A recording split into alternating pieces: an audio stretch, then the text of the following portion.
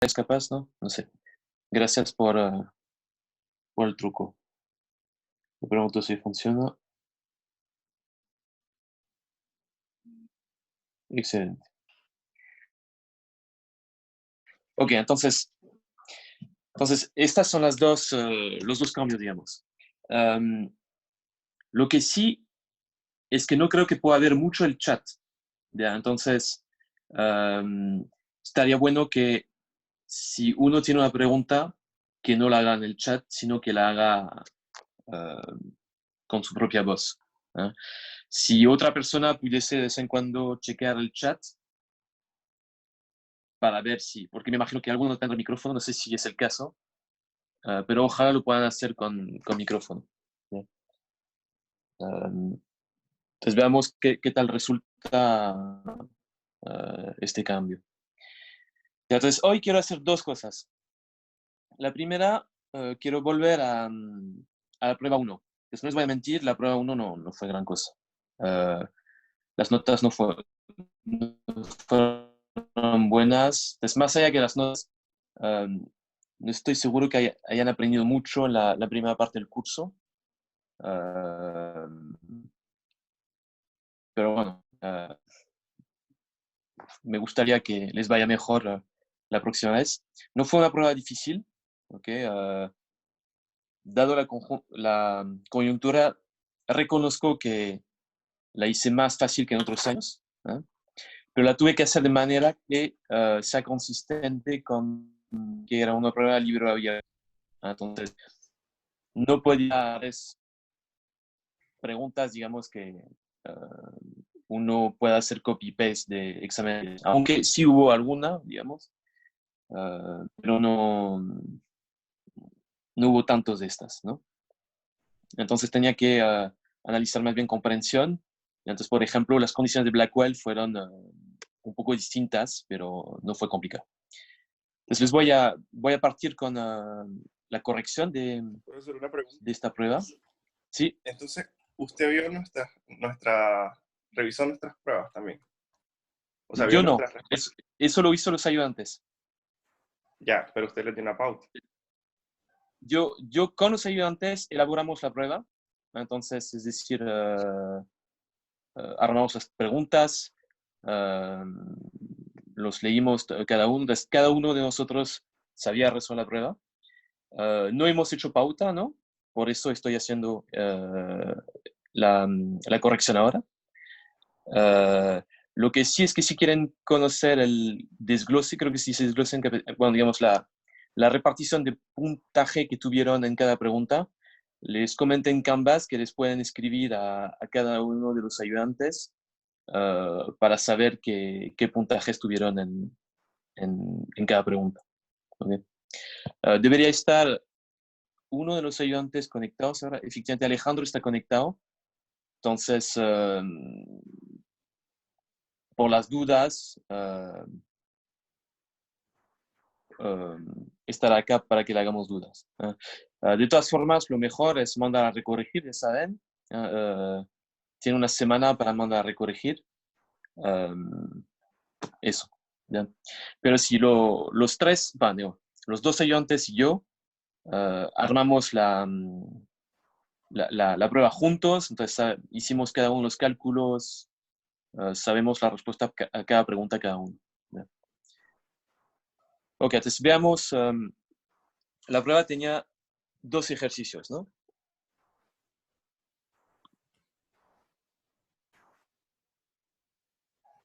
Había un primer ejercicio que tenía que ver con punto fijo. Entonces,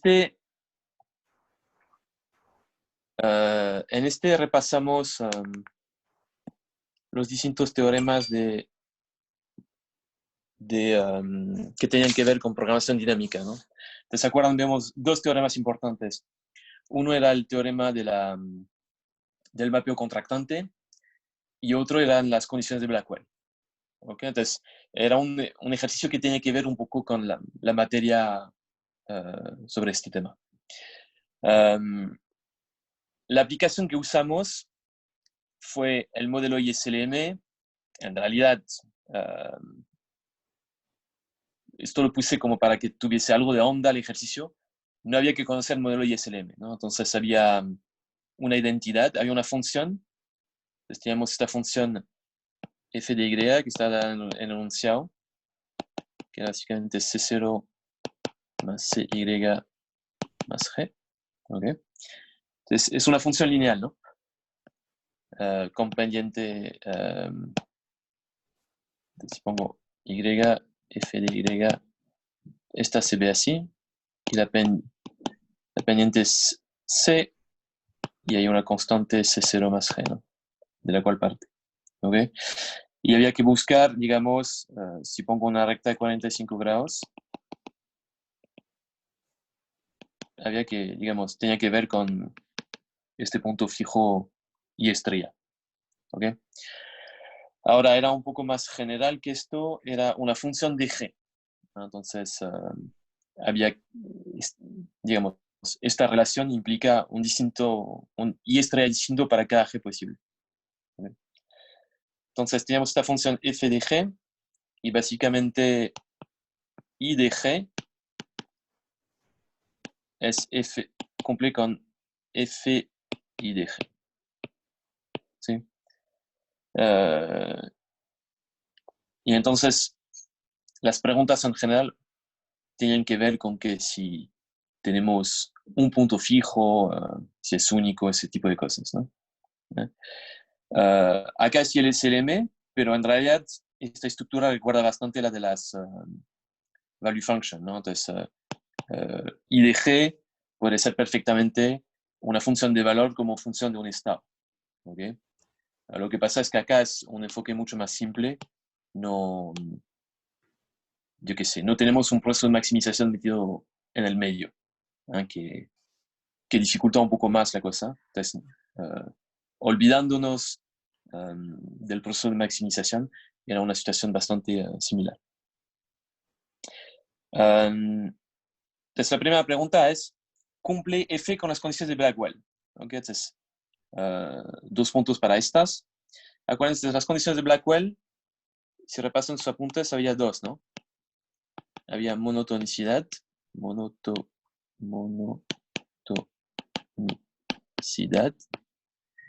y había descuento, ¿no? Tenían que mostrar las dos. Entonces, la primera, descuento, que nos dice, tenemos que considerar 2 funciones. Déjenme agarrar mis apuntes. Entonces, supongamos que tenemos dos funciones que voy a llamar x de z, x de g y z de g. ¿Ok?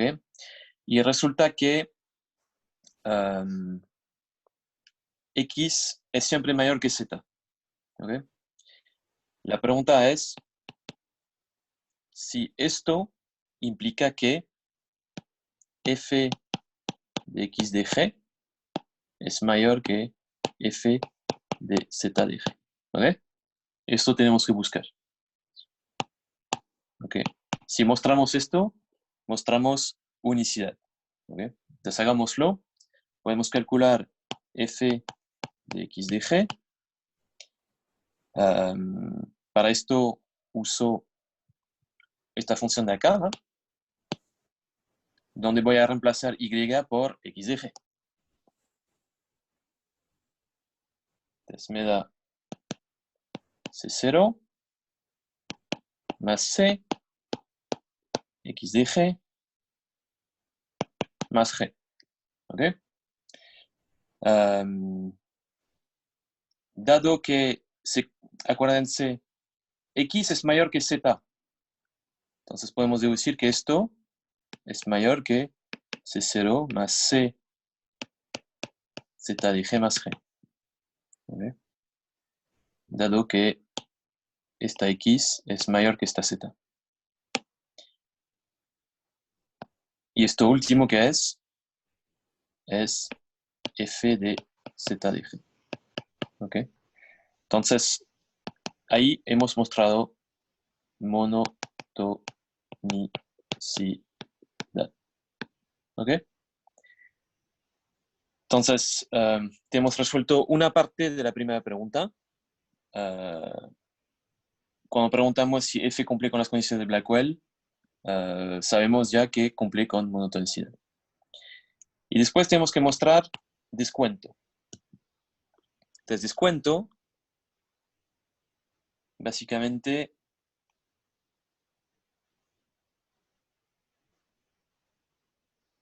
habría que calcular F de X de G más A, donde A es una constante, ¿no?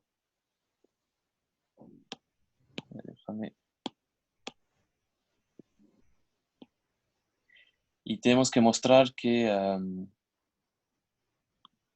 esto es... A ver, déjenme...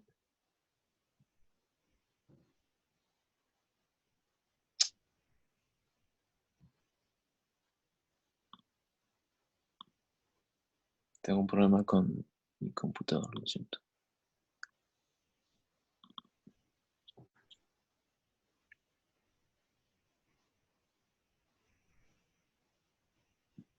Ya, entonces... Sí, ahora sí. Entonces tenemos que mostrar que esto era menor o igual que F de X de G más beta A, donde beta es una constante entre 0 y 1. ¿Vale? Entonces, ¿cómo hacemos? Podemos calcular F de X de G más A.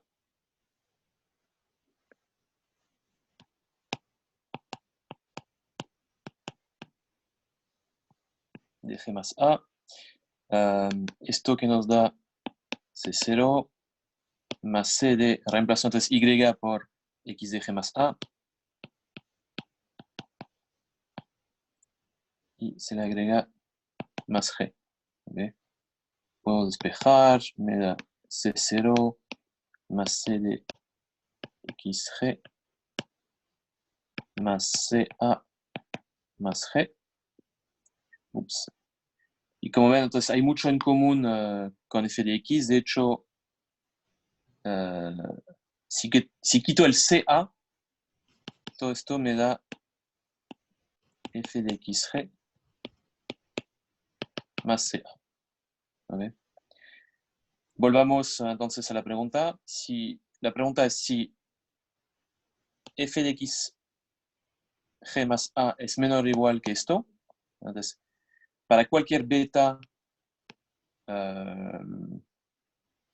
mayor o igual que C, se debería cumplir entonces descuento. ¿Okay? Entonces, ¿qué podemos deducir?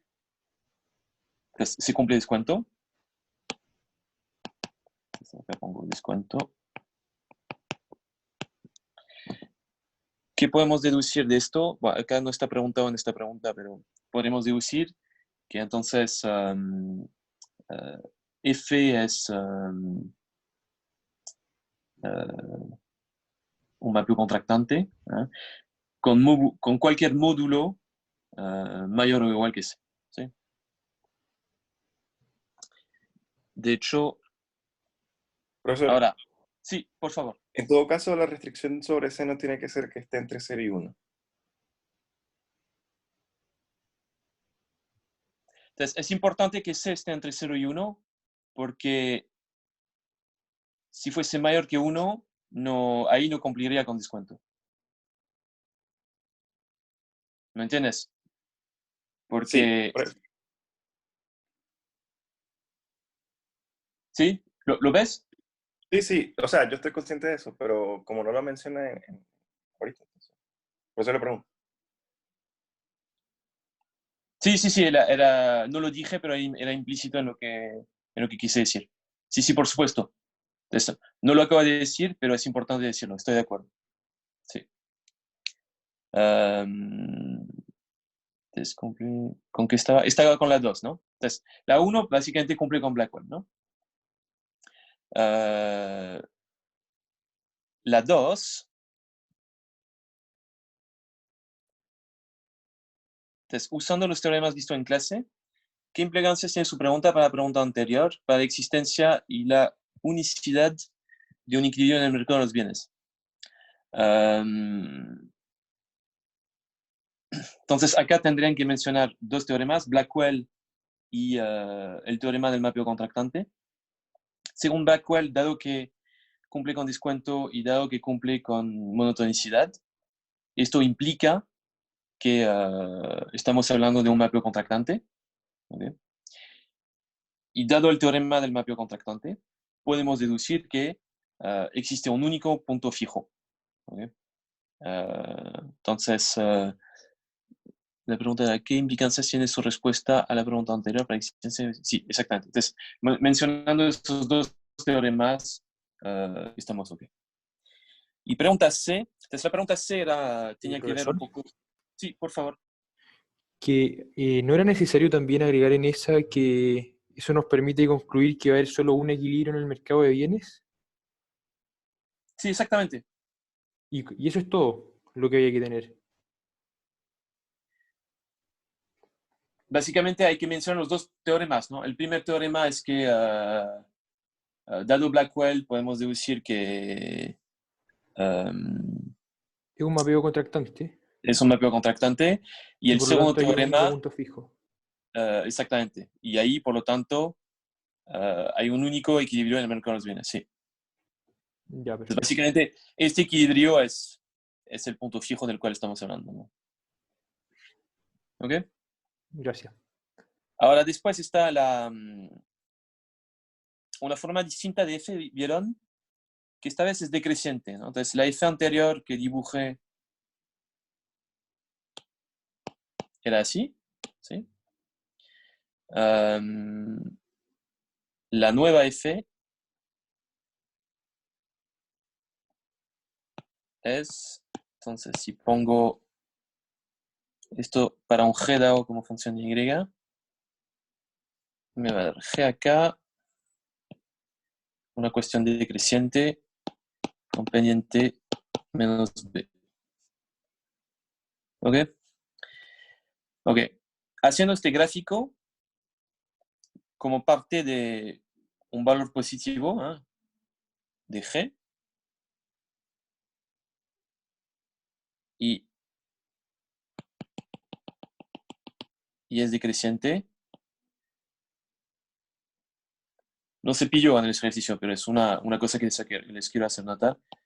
Se puede ver muy fácilmente que efectivamente debería haber también un único equilibrio. ¿Okay?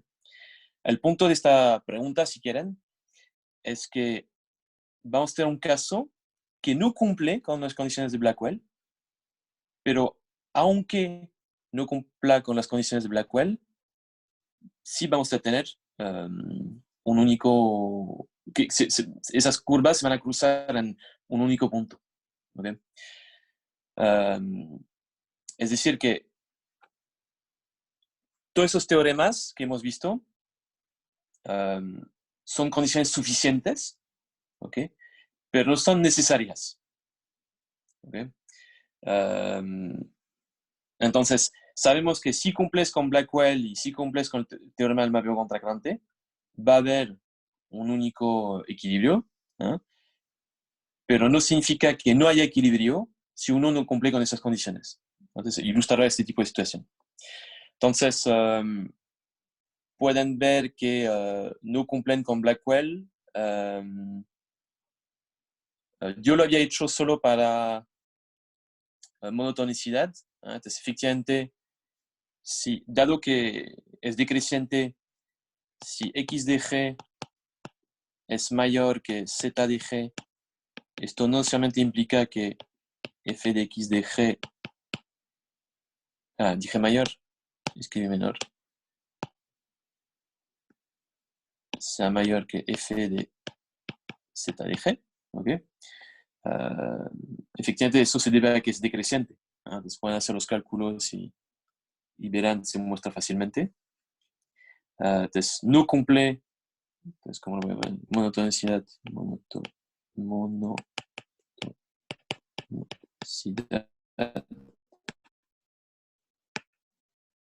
Voy a poner no cumple con esto. Okay. Entonces, a la pregunta, ¿cumple ese con las condiciones de Blackwell en este caso? No cumplen. Si no cumple con monotonicidad, esto implica que no cumple con las condiciones, dado que no cumple con una de ellas. ¿Se cumple el teorema del mapeo contractante? Bueno, no, porque Profesor, una duda. sí, Y yo en ese ejercicio lo demostré con la otra condición, con la... no hay problema. También se puede, ¿cierto? Me imagino que sí. Si no hacemos, bastando con que no cumplía una, ya bastaba. Mira, te voy a ser sincero, yo nunca lo hice con el descuento. ¿Ok? Entonces, en realidad ni chequé si se cumple el descuento o no. Si efectivamente no se cumple, basta con hacerlo con la otra, sí. ¿Ok? Gracias. Profesor, entonces yo tengo una consulta. Lo que pasa es que en el detalle de las calificaciones a mí me parece demostración incompleta. No sé qué sería una demostración incompleta. Mira, no, no voy a poder responder a esta pregunta, no sé. Pero otra vez lo pueden mandar a recorregir. Ok, entonces... Profesor, me estás hablando de un archivo que yo no armé, entonces no... Sí. Sí, o sea, bueno, ¿y se lo tendríamos que mandar a usted? No sé cómo funciona. Entonces, típicamente cómo funcionaba antes, creo que había que mandárselo a la secretaria, pero claramente no es así. Entonces, yo qué sé, sí me pueden mandar a mí con copia a los ayudantes si quieren, me parece bien. Perfecto. pero la recorrección la haría usted, precisamente. La haría junto con los ayudantes. Ya. Entonces, típicamente como lo hago es que hablo con los ayudantes. Muchas veces... Ay, perdón, es que tengo un calambre. Muchas veces pasa que puedo estar tentado en dar menos nota o mayor nota, creo que hizo el corrector, desconocer la opinión de la persona que corrigió sobre qué criterio aplicó todo esto. Es importante, entonces por eso lo hablo con los estudiantes. Pero sí, lo hacemos juntos, efectivamente. Ok, entonces, ya, entonces no cumple con monotonicidad. Entonces, por lo tanto, no se cumple el teorema del mapeo contractante. Y debemos deducir que no hay equilibrio en el mercado de los bienes. Bueno, el punto es que ahí no podemos deducir esto. Entonces, que no cumpla con esos teoremas no necesariamente significa que no hay equilibrio. Debe ser... Entonces, no se pidió para responder a la pregunta, pero con un razonamiento cercano al que hice con este gráfico, uno debería poder deducir que efectivamente hay un equilibrio en este mercado. Pero, repito, no había que mostrar que había equilibrio, simplemente había que explicar que como se tratan de condiciones suficientes, pero no necesarias, no necesariamente podemos deducir que no hay equilibrio. No sabemos, digamos, a esta altura. Ok. Pues me Profesor, extendí mucho. Sí, por favor. creo que tengo una confusión sobre como las implicancias del teorema. Que yo, o sea, como por lo que entendí en clases, era que si cumple que es un mapeo contractante, entonces existe un único punto fijo. Sí, exactamente. Pero si es que no cumple mapeo contractante, eso nos dice que como que no nos dice nada, o nos dice que podría existir, pero o nos podría decir que hay más de un punto fijo o no. Como que si es que no se cumple el mapeo contractante, ¿sabemos algo o no? Mira, entonces no puedo proyectar ahora los apuntes porque no estoy usando la compu y no guardé mis transparencias acá en este iPad, pero si vuelves a las transparencias que había hecho disponible y que tenían disponible el día de la prueba, tú leyendo el teorema del mapeo contractante ves if, bla, bla, bla, bla, bla, bla, then, bla, bla, bla. ¿Ok? Entonces, dentro del if es si T es un mapeo contractante con módulo beta, el then significa en castellano entonces, y uno de los puntos que viene después del entonces es T tiene exactamente un punto fijo, D. ¿Ok? Entonces, como es un si entonces, o un if then, significa que es una implicancia, por lo tanto, no es un sí y solo sí, es un sí nomás. ¿Ok? Perfecto. Entonces, no sé si responde a tu pregunta, pero Y aquí, en este esto ejemplo, quiere decir que hablamos de una condición suficiente, pero no necesaria. o sea, y en este ejemplo de la prueba, ¿podría haber habido más de un punto fijo? Tú puedes inventar, a ver, lo que te dibuja acá, pero eso no fue en el ejercicio, ¿eh? Pero uno podría haber inventado, yo qué sé, hay muchas cosas que... Entonces, por ejemplo, seguramente en pregrado vieron el modelo solo con más de un equilibrio, ¿no? Ah, perfecto, sí. Entonces, si vieron esto, acá tenemos una situación en que se cruza más de una vez. ¿Okay? Perfecto. Efectivamente, en esta situación verás que tampoco cumple con las condiciones de Blackwell. Entonces, me imagino que cerca de este punto es bastante probable que no cumpla con descuento. No lo he hecho, pero es una apuesta mía. Me imagino que por acá debemos tener una región que no cumple con monotonicidad. Si es que es decreciente, típicamente esto no lo hace decreciente, pero yo qué sé. Eso. Perfecto, gracias. Ok, entonces esto fue el primer ejercicio. Claro, me he demorado mucho en hacerlo. Como ven, no era largo en el sentido de que los cálculos, como ven, eran triviales. Había que comparar sumas. Y lo que sí quizá podía tomar un poco más de tiempo era reconocer que una condición era suficiente, pero no necesaria. Entonces quizá, yo qué sé, no sé cómo funciona el cerebro de cada uno, pero a veces cuando uno tiene que pensar un poquito más las cosas, se puede demorar un poco más. Ok. Ya, déjenme ir ahora al ejercicio 2. Ok. Ejercicio 2. Entonces teníamos este ejercicio, ¿no? Es un problema de consumo. Ok.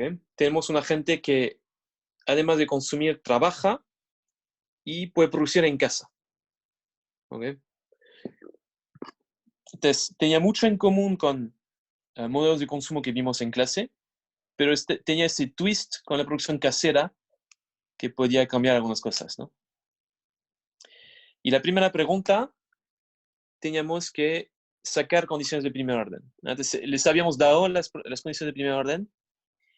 La primera, como ven, es la misma que el modelo de consumo. Y había esas dos nuevas, la 12 y la 13, que era la condición de primer orden para el trabajo y la condición de primer orden para la producción casera. Ups. Teníamos, entonces, V de AW igual a max, entonces con una serie de cosas por debajo. De U de, esto es una U, aunque no parezca. U de CH, a V de L, y voy a poner por debajo, más beta V de A prima, doble prima. Bueno.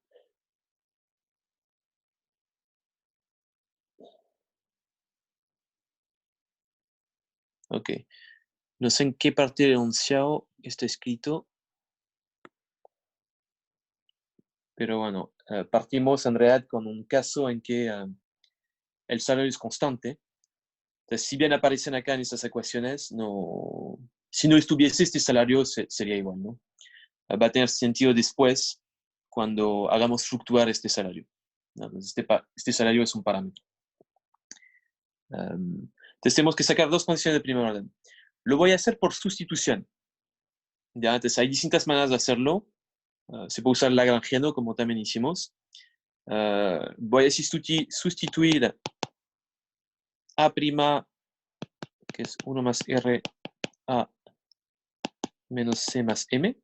¿Okay? Entonces, esto lo voy a sustituir acá. Entonces, imagínense el A' que es función de todos esos parámetros. Voy a sustituir el ocio. Entonces, el ocio es 1 menos lo que trabajo menos cuánto me demoro produciendo en casa. Y voy a sustituir la producción casera, que es función de cuánto tiempo me dedico a producir en casa. ¿Okay? Entonces, aunque estoy terminando, voy a derivar esto respecto a distintas variables. Lo voy a derivar con respecto a C.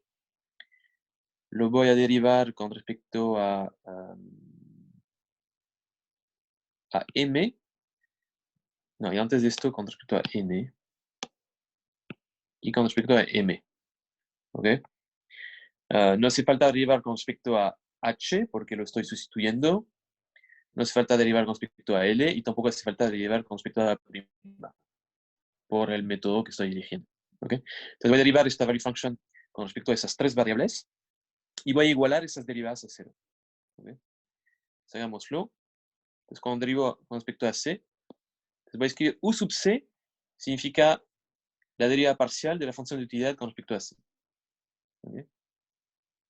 Más beta, la derivada de A', W' con respecto a A'. ¿Okay? ¿Y por qué derivo con respecto a A'? Porque voy a hacer la derivada en cadena, efectivamente. Acá aparece el C. Esto, justo acá.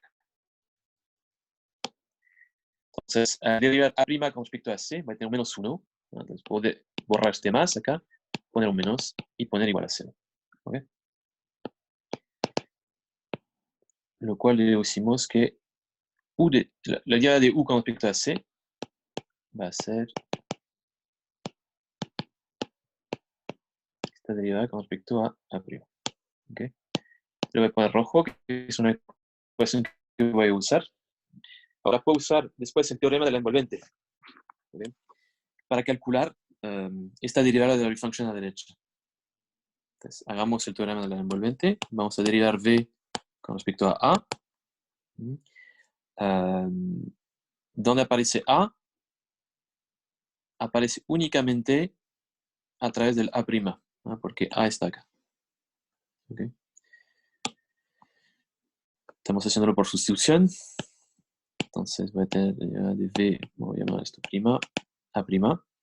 Y la derivada con respecto a A va a ser, de A' con respecto a A, va a ser 1 más R. Entonces voy a agregar 1 más R acá. ¿Okay? Si combino esta ecuación con la de arriba, ¿no? Podemos deducir que esto que tengo acá, que es U de C.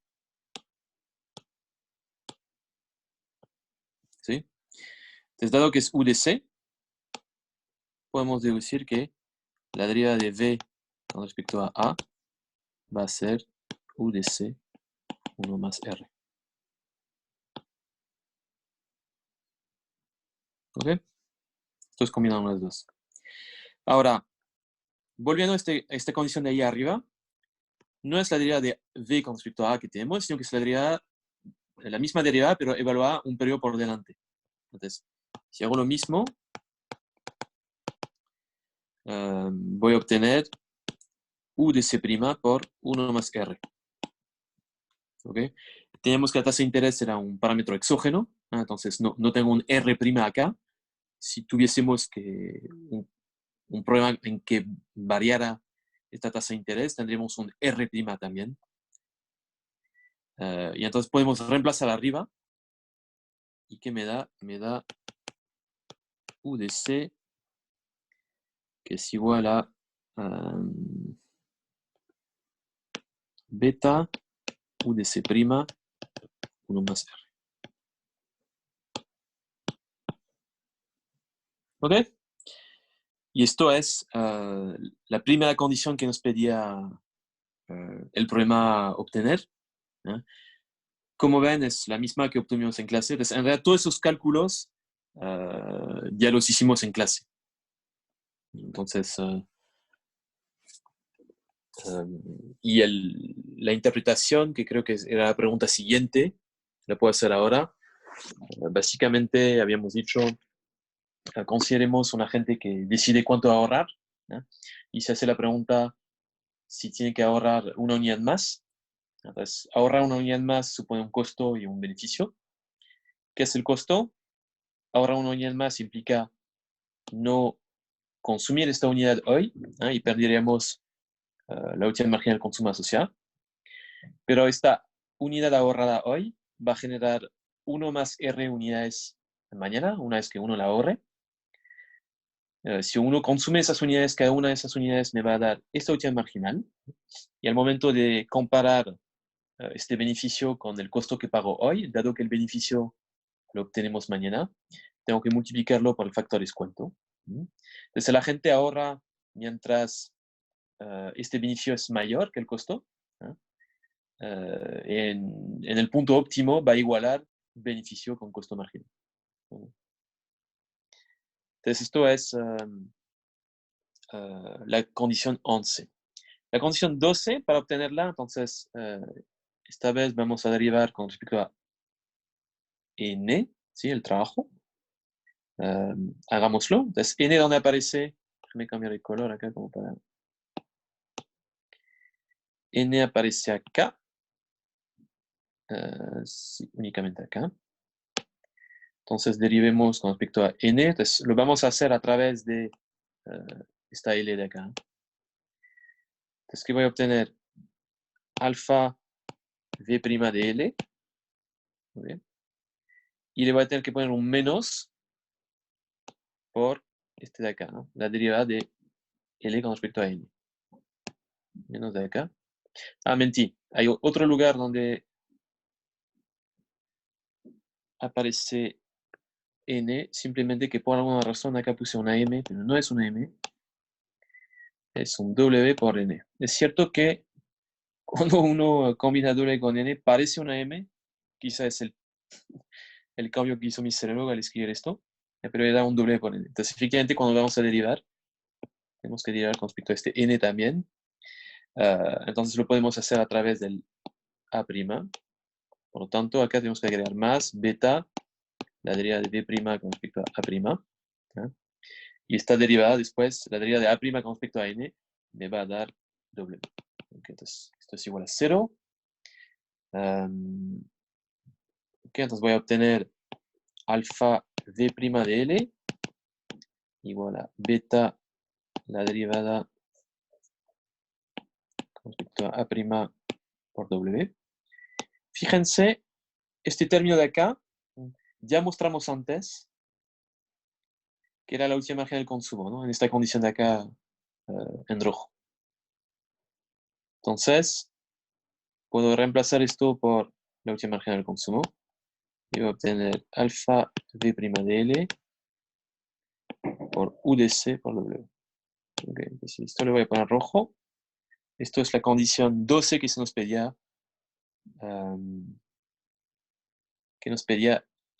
derivar.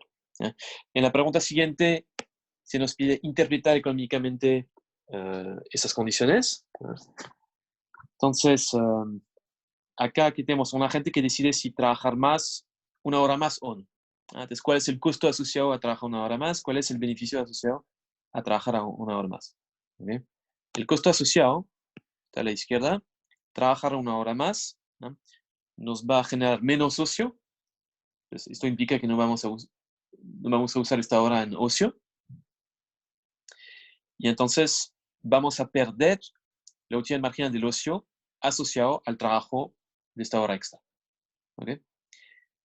Sin embargo, trabajar 1 hora extra va a generar un salario W.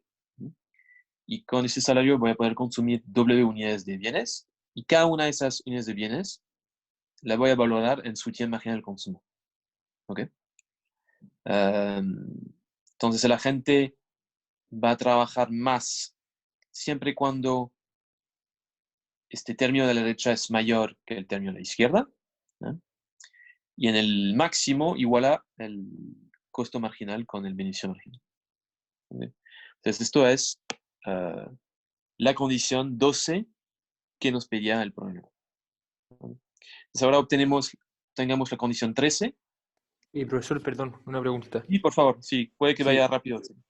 Entonces, ¿la condición 12 es como el trade-off entre ocio y trabajo o no? Sí, exactamente. ¿sí? Entonces, trabajar más implica que no puedes usar esto como opción, sí. Ahora, Pero y sí. esa como, pero porque como que en términos de utilidad le da utilidad el ocio y el consumo. Entonces, sacrificar una unidad de ocio se compara con el beneficio marginal de el consumo que obtendría por trabajar. No estoy seguro de haber entendido la pregunta que me hiciste, pero básicamente, ¿qué está pasando acá? Si trabajas, obtienes un sueldo y con este sueldo puedes comer, ¿sí? Sí, claro. En realidad, lo puedes ahorrar también. La condición que está justo arriba es un poco más general, ¿no? Entonces, pero bueno, una alternativa es consumirlo al tiro. Entonces, si hicieras esto, ¿okay? Obtendrías como incremento en tu utilidad W por la última marginal del consumo. Entonces, Ya, tú perfecto. trabajas una hora, pues gracias a esta hora que trabajas, pues obtienes, si quieres, W unidades de bienes, y si te las comes al tiro, cada una de esas unidades de bienes marginalmente te da la utilidad marginal del consumo. Perfecto. No sé si respondo a tu pregunta. Sí. Sí. Ahora, ojo Perfecto. ¿qué les iba a decir? Es una cosa que no, creo que no insisto suficientemente, pero a veces algunos alumnos me hacen la pregunta. Entonces, en este ejemplo, estoy diciendo, el agente se lo consume, ¿ok? Pero me pueden decir, pero podría ahorrarlo. ¿Ah? Efectivamente, también lo puede ahorrar.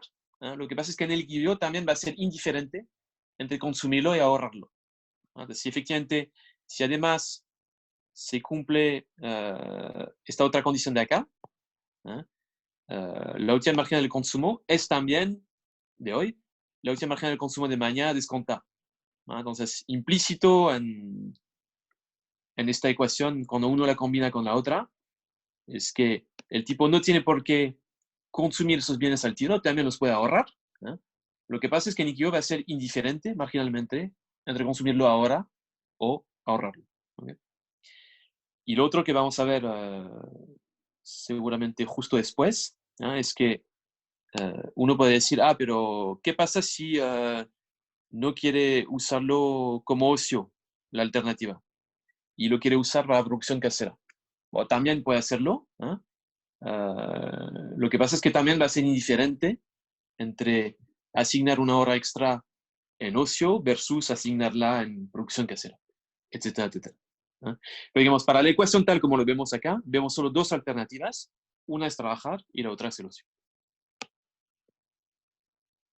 Ok, derivemos la última condición, y esta se puede obtener derivando con respecto a m.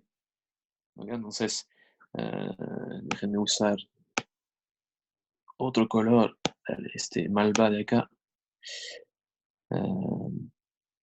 Como ven, me gustan los colores secundarios, ¿no? Verde, naranja, malva.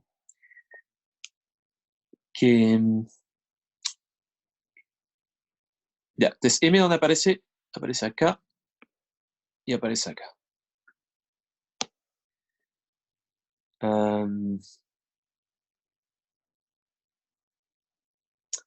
Es decir, M está dentro, déjenme borrar quizá todas estas cosas. M está dentro de L y M está dentro de H. ¿Ok? Ya. Entonces, derivemos. Entonces vamos a tener que derivar a través del H y a través del L. Entonces voy a ponerlo acá. U sub H.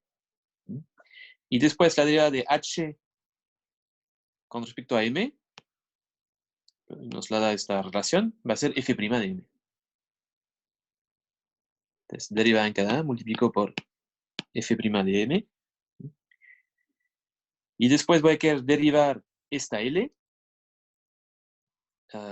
Efectivamente, L es función de M por la sustitución que estoy eligiendo. Entonces voy a tener que agregar alfa V' de L más alfa v' de L. ¿Eh? Y cuando hago la deriva en cadena de L con respecto a M, vuelvo para atrás, se me va a agregar un menos 1. Por lo tanto, voy a tener un menos acá y igualo esto a 0. ¿Okay? Entonces puedo escribir alfa v' de L, UH f' de M. ¿Okay? Esta no es la condición que nos pedía. Se nos pedía una condición un poco distinta. Pero usando esta condición de primer orden de acá, ven que el alfa v' de L lo puedo reemplazar por W, utilidad marginal del consumo. Si es así, puedo poner acá W, utilidad marginal del consumo, igual a utilidad marginal de la producción casera por F' de M. Y esto es la condición que se nos pedía. ¿Okay? Entonces ahora, esta condición mira el trade-off, esto es una U chica, mira el trade-off entre trabajar, digamos, en el mercado laboral o trabajar en casa. ¿Okay? Y entonces ya sabemos que trabajar en el mercado laboral, ¿qué nos da? Esto sería el costo de oportunidad de trabajar una hora más en casa, ¿no? Trabajar una hora más en casa implica que no vamos a poder trabajar en el mercado laboral, ¿no? Y esta hora nos habría generado este beneficio marginal, ¿no? Efectivamente, habremos podido consumir W unidades de bienes trabajando en el mercado laboral, ¿no? Y cada una de esas unidades las habríamos valorado en la utilidad marginal del consumo. ¿Okay? Trabaja una hora más en casa, sin embargo, genera este producto marginal, ¿no? De producción en casa. Entonces, por cada hora que trabajo, esto me genera F' de M de unidades de bienes caseros, ¿no? Y uno valora cada una de esas unidades en UDH. ¿Okay? Entonces, va a trabajar, cada unidad de tiempo va a decidir trabajarla en casa, siempre y cuando lo que aparece a la derecha de esta ecuación es mayor que lo que aparece a la izquierda, ¿no? Y en el óptimo va a igualar este retorno marginal con este costo marginal. ¿Okay? Entonces, esto sería la interpretación que se nos pedía en la pregunta siguiente. ¿Okay? Ok, entonces, con esto respondo a la pregunta A y la B. ¿Okay? Y después llegábamos a una situación en que... uy, ¿dónde estoy? Estoy acá. Donde hacíamos evolucionar la matriz, el salario W, ¿no?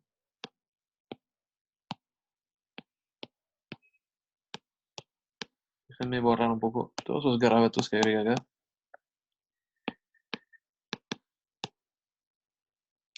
Ok. El W entonces, si... Ups, ¿qué pasó? Ya. El W entonces, si es estocástico, ¿esto qué implicancias va a tener? Uy.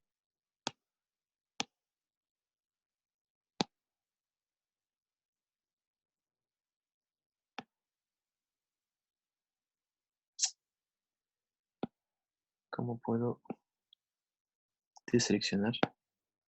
Bueno, voy a tener, esto va a implicar que vamos a agregar acá una esperanza que es condicional al W que uno observa. Entonces, en el enunciado, dijimos que el W puede tomar dos valores, W1 y W2, ¿no? El W pertenece a cualquiera de esos dos valores, ¿no? Y había una K de Markov que nos dice cómo transitamos entre un W y el otro. 1 menos pi acá, 0 acá, 1 acá. ¿Okay? ¿Se acuerdan cómo se interpretaba esta matriz de transición, no? La primera fila significa que hoy mi W es W1. La segunda fila es hoy mi W es W2. Y las columnas, la segunda columna es W' potencialmente podría ser W2. Esta columna es W' potencialmente podría ser W1. ¿Ok? Y la matriz nos da la probabilidad de transición entre cada uno de esos estados. ¿Ah? Podemos ver al tiro que el segundo estado es absorbente en el sentido de que acá tenemos un 0% de probabilidad y acá tenemos un 1. Es decir que una vez que uno alcanza el W2, ¿okay? Se va a quedar con este sueldo. ¿Okay? Y mientras uno tiene W1, con probabilidad 1 menos pi se queda con este W1 y con probabilidad pi converge a W2. ¿Okay? Entonces es como decir que, no estaba en el enunciado creo, pero la historia que podemos contar es que hay un tipo que parte su vida. Le estoy poniendo contexto para una de las preguntas que viene después. El tipo parte su vida, va cobrando W1. Cada periodo, con esa probabilidad pi, va a cambiar su W. Mientras no cambia, se queda con W1. Y en algún momento, con probabilidad pi, pasamos de W1 a W2. ¿Okay? Y una vez que estemos en W2, nos vamos a quedar en W2. ¿Okay? Entonces, si tuviese que simular un W en el tiempo, W sub t, tendríamos algo que está en W1, en algún momento pegamos el salto a W2, y cuando pegamos este salto de acá, bueno, esto depende de la probabilidad, ¿no? Entonces tiene que, cada periodo con probabilidad pi, vamos a pegar el salto.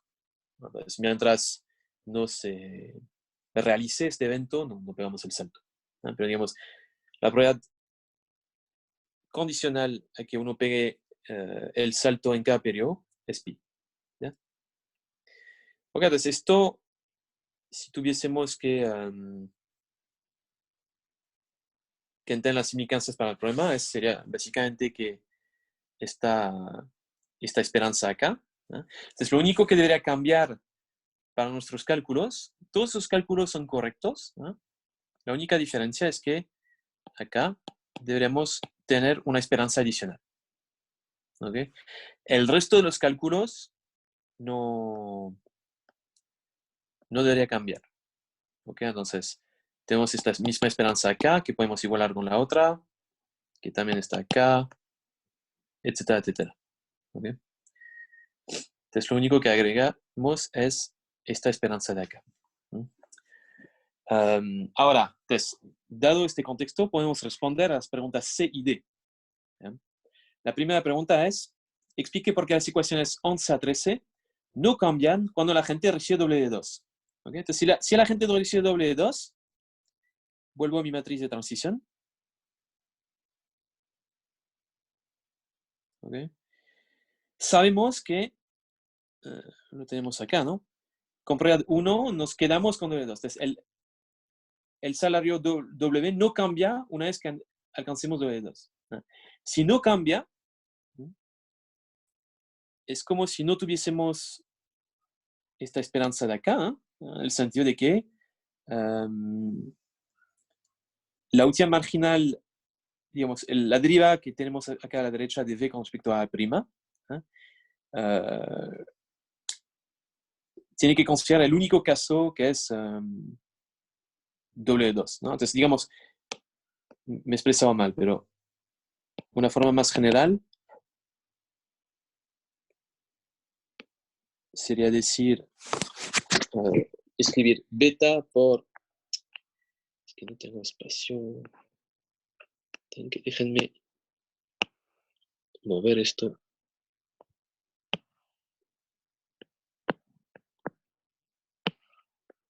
Así como para, okay. Ok, ahora sí.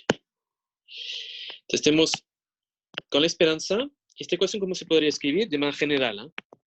Sería beta por pi, si quieren, por la A' W' igual a... No pi, perdón.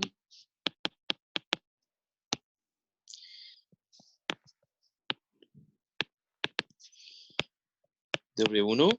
¿No? Sin embargo, cuando estamos en W2, la probabilidad de transitar es 0. Más, si quieren, beta por 1 por V de A', W'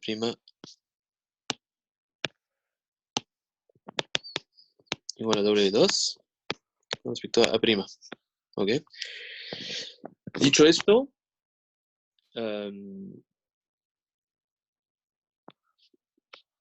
es como si pudiésemos ignorar la esperanza de acá, en el sentido de que obtengo beta V de A', W2 respecto a A'. ¿Ok? Entonces, responder a la respuesta, digamos, que esperábamos a la pregunta C era simplemente reconocer que una vez que tenemos W2 con certeza nos quedamos en W2. Entonces no hay ninguna incertidumbre respecto a cuál va a ser la evolución del término de la derecha. Es determinístico en este caso. Y la pregunta D es lo contrario. Hay que explicar cómo cambian las ecuaciones cuando la gente recibe W1. Y en este caso, hay que decir simplemente que se agrega esta esperanza. ¿Ok? Todo esto lo pueden hacer con palabras. No había ninguna demostración que se pedía acá. Simplemente es mencionar que no hay esperanza cuando uno cobra W2 y sí hay una esperanza cuando uno cobra W1. Profesor, Sí. la ecuación 11, por ejemplo, no depende del salario, ¿sí? Sí, depende de tu estado. Todas estas ecuaciones, entonces, acuérdate, eso es importante. La manera como razonamos todos esos problemas es, tenemos la value function y la policy function como función de los estados. ¿Ok? Estados acá tenemos dos variables de estado. Una es la A y la otra es el W. ¿Ok? Estas son tus dos variables de estados. ¿Y qué son las variables de estado? Son estadísticos suficientes para conocer las variables de control. Entonces, si conoces A y W, vas a conocer el C de equilibrio, el H de equilibrio, el M de equilibrio, el L de equilibrio y el N de equilibrio. Todas esas variables de control, las conoces, si quieres, con certeza, si conoces A y W. Otra manera de decir lo que acabo de decir es decir que C, H, M, L y N son funciones de A y W. ¿Okay?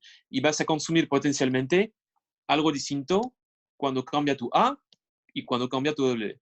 ¿Okay? Vas a tener un uso distinto cuando cambia tu A y cambia tu W. Y tu value function, de hecho está escrito, tu value function es también función de A y de W. ¿Okay? Entonces, es importante tener presente cada vez que resuelven un problema cuáles son las variables de estado y cuáles son las variables de control, porque nos ayuda como a simplificar, digamos, nuestro razonamiento acá. Entonces,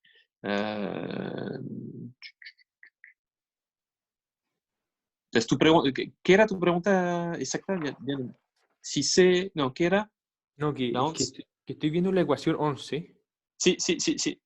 y no logro ver en qué parte incide el salario. Entonces, estoy de acuerdo que en la 11 no aparece W, pero dado que C es una variable de control, C es función de W.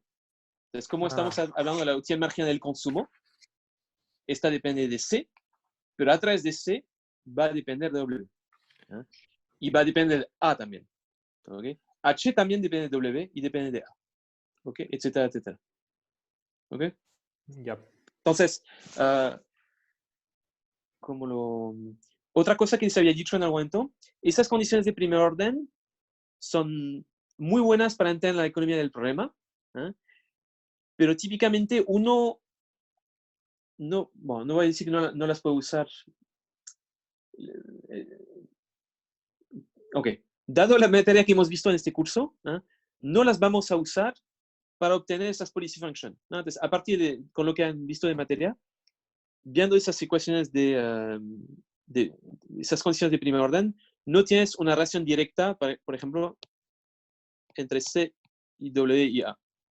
Okay, usamos el algoritmo de iteración sobre la función de valor para obtener esta policy function. Entonces, me he enredado otra vez, pero lo que quise decir es que a partir de esas tres ecuaciones, 11, 12 y 13, no ves al tiro la policy function. ¿Okay? Puedes entender la economía que hay detrás de la policy function, entonces caracteriza un poco las decisiones de la gente, pero no te da la policy function. Ok, entonces, hablo mucho. Tengo otra pregunta más corta. Sí, por favor. Que en la misma D, uno podría hacer un análisis como de efecto ingreso y efecto sustitución, porque en términos esperados el salario va a ser más alto.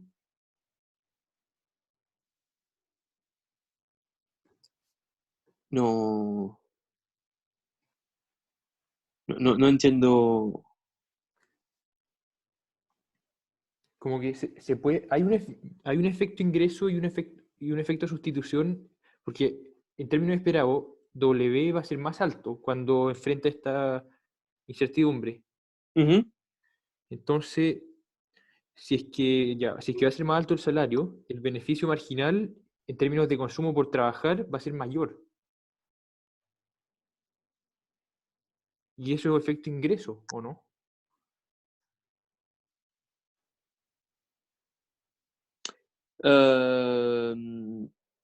Lo que acabas de decir es correcto, pero no es lo que se pedía en esta pregunta D. Era, digamos, esta pregunta D, la estoy leyendo para ver si está bien redactada, pero me parece que sí. Esta pregunta D no pide nada de economía. Te dice, explique cómo las ecuaciones 11 a 13 cambian cuando la gente recibe W1. Entonces, acá es bla bla analítico, si puedo decirlo así, porque hablamos de ecuaciones, no sé. Pero entonces Y el después cambio, no necesita hacer cálculos para responder a esta pregunta. sí, pero el cambio sería agregar un término de esperanza nomás. Sí, básicamente había que explicar esto, sí. Se ha cortado, no sé si fue tu conexión o la mía, te escucho entrecortado, pero creo haber escuchado que decías que había que agregar una esperanza, sí, básicamente había que explicar esto. Pero ¿qué más explicación uno le puede dar a eso? O sea, como que ahora enfrenta incertidumbre, entonces su salario no es algo seguro, sino que hay que verlo en términos esperados. Y más que Sí, eso, nada más que esto. ¿Ah, Va sí? a haber una... A ver, básicamente, la explicación como la partí, entonces no la voy a volver a dar, pero partí explicando que acá se tendría que agregar una esperanza en esta value Sí, function, perfecto. ¿ya? Y dije que una consecuencia de esto es que, pero desplace la ecuación, pero la consecuencia de esto es que va a aparecer una esperanza acá, ¿ok? Y efectivamente, sí, nada más. Sí, no se esperaba una respuesta muy sofisticada para responder a esta pregunta. Ya, gracias.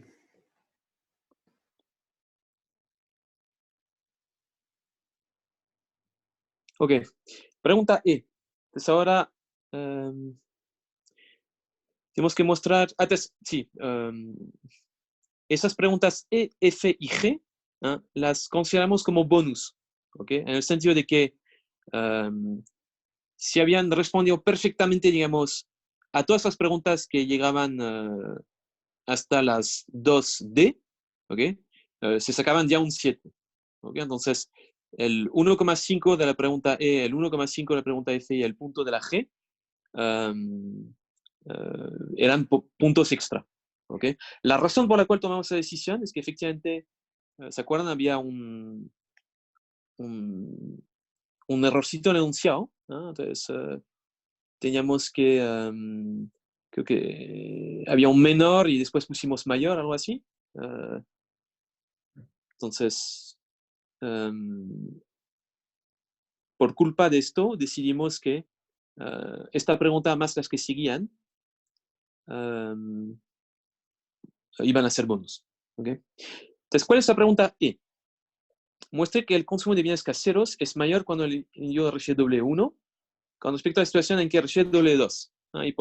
Y para simplificar los cálculos acá, estamos aceptando que usen un pi igual a 1. ¿Okay? El pi igual a 1 nos significa bastante esta esperanza. ¿Okay? Es como que si uno cobra W2, sabe que mañana cobra W2. No, no es eso el pi. El pi era la hora de transitar de W1 a W2. Entonces, si uno cobra W1, compra 1, mañana cobra W2. Esto significa el pi igual a 1. Ok, entonces, muestra que el consumo de bienes caseros es mayor cuando el individuo recibe W1 con respecto a la situación en que recibe W2. ¿Okay? Y había unas formas funcionales. Entonces, una de las formas funcionales era que la función de utilidad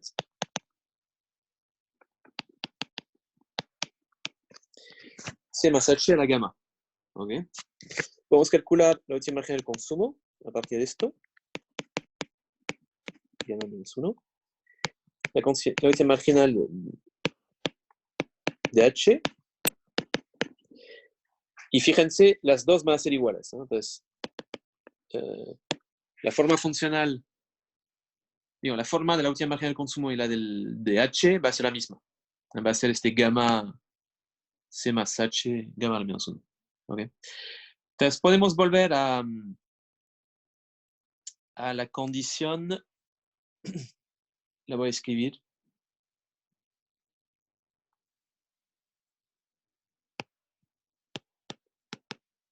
De H. La condición de H era la siguiente. ¿Okay? Dado que este término va a ser igual a este término, se pueden cancelar. Y ven que en este caso W es igual a F' de M. ¿Okay? F' de M, si usamos lo que tenemos acá, nos va a dar delta M delta a la menos 1. Por lo tanto, podemos deducir que M va a ser delta sobre W a la 1 sobre 1 delta. Entonces, esto sería la solución para M. Lo importante acá, ven que M, si lo expreso como función de W, va a ser decreciente. ¿Okay? M es una función decreciente de W. H es igual a F de M, es decir, M a la delta, creo. Sí, M a la delta. Por lo tanto, podemos decir que H también va a ser decreciente en W. Así. ¿Ok? Entonces, de esta manera puede mostrar que el consumo de bienes caseros es mayor cuando el individuo recibe W1, porque tenemos que W1 es menor que W2. Entonces, dado que H es decreciente en W,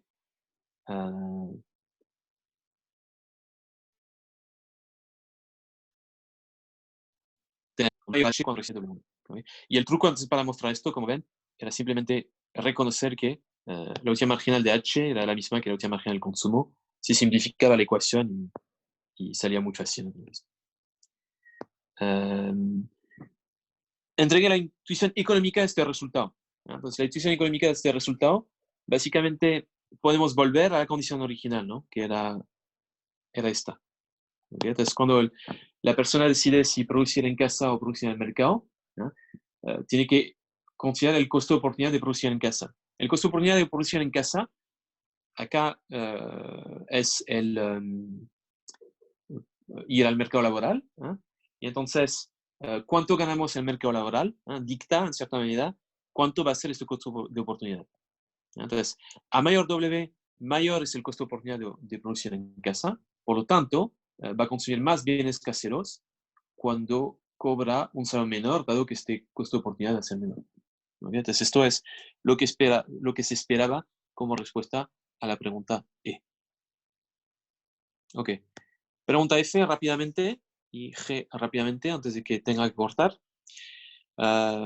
Pregunta F, había que recordar lo que era la crítica de exceso de sensibilidad. Entonces, ¿se acuerdan? Básicamente, el exceso de sensibilidad era el hecho de que cambios en el consumo están demasiado correlacionados con cambios anticipados en el ingreso. ¿Okay? La teoría de la renta permanente predice que los cambios en el consumo no deberían estar correlacionados con los cambios anticipados en el ingreso. ¿Okay? Y acá sí vamos a tener esta correlación. Para verlo, hay que volver a la ecuación de Euler. Pues teníamos la siguiente. Fíjense, dado la parametrización, esto se nos iba.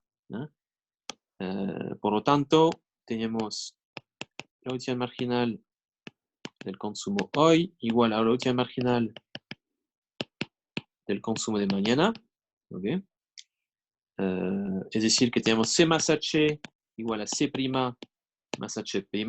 ¿No?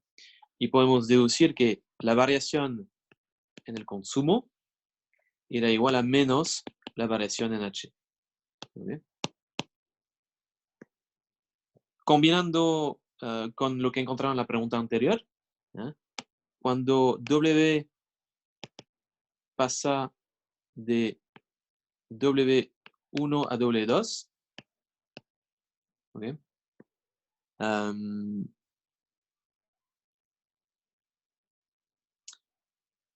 H baja, es decir, que C sube. ¿Okay? Y esto ocurre incluso cuando los cambios son anticipados. Es decir, incluso cuando tenemos una pi igual a 1, que sabemos con certeza que W va a pasar de W1 a W2, sabemos con certeza que el H va a bajar y el C va a subir. ¿Okay? Entonces, acá tenemos una posible solución a la crítica del exceso de sensibilidad, en el sentido de que, si bien, por ejemplo, pongo acá el tiempo, el perfil de doble invento es así, tenemos que el consumo va a ser creciente y el H, intento, va a ser decreciente. Entonces,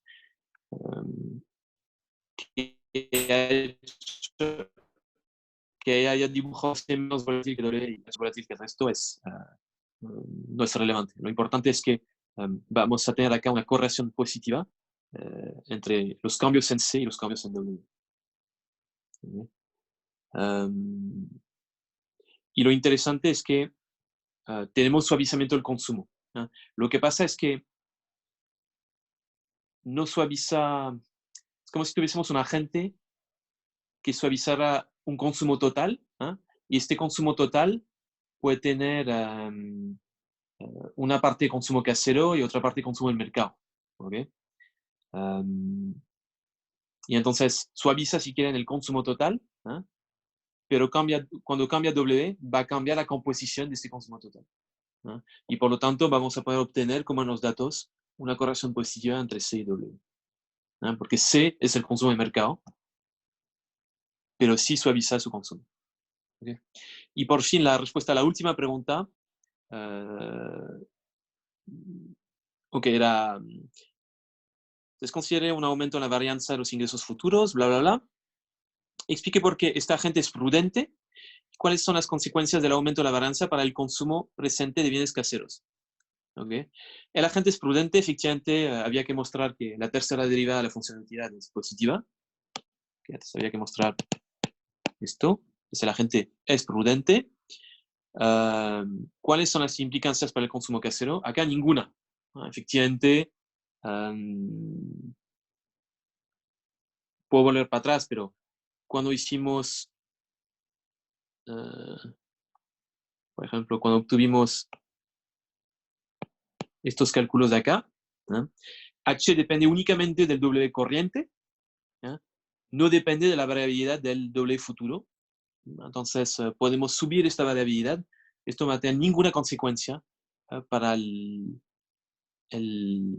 consumo de bienes caseros. ¿Vale? Puede tener consecuencias para el consumo de bienes de mercado, pero seguramente las va a tener, pero no es lo que se pilla en esta pregunta. Para el consumo de bienes caseros no va a tener ninguna consecuencia. ¿Okay? Bueno, esto es básicamente la prueba. Entonces, para mí es importante que sepan derivar todas esas ecuaciones de Euler. Entonces, esto hay que recontradominarlo. Tiene que ser casi... Algunas cosas tienen que salir como reflejo, ¿no? Entonces, ven que siempre la misma metodología. Derivan con respecto a la variable de control igual a 0. Aparición de la derivada de la value function futura con respecto a la variable de estado. Evalúan esta derivada usando el teorema de la envolvente, etcétera, etcétera. Entonces, esto tiene que tener, digamos, no pueden perder demasiado tiempo aplicando esta metodología. Y después había conceptos económicos que era importante conocer, suavizamiento de consumo, prudencia. Acá hablamos un poco del exceso de sensibilidad, entonces lo pondría dentro del suavizamiento del consumo. Y por fin teníamos esos teoremas de programación dinámica, ¿no? Entonces era como las cosas que había que dominar para poder responder bien la prueba 2. Eso. Voy a repetir. Si tienen dudas sobre la materia, les repito, podemos quedar por Zoom o cualquier medio de comunicación y yo puedo responder dudas. Entonces, por favor, si están con dificultades, contáctense conmigo. De verdad, me gustaría que les vaya mucho mejor la próxima prueba. Bueno. Así que esto voy a dejar de compartir. Y como vuelvo a Zoom, tengo que pinchar acá. No sé cómo paro Zoom. Bueno. Ya, no está funcionando esto. A ver cómo... Fusión de écran. Arrêter difusión. Bueno, no sé. Bueno, lo dejo acá. Gracias por su atención. Nos vemos el jueves.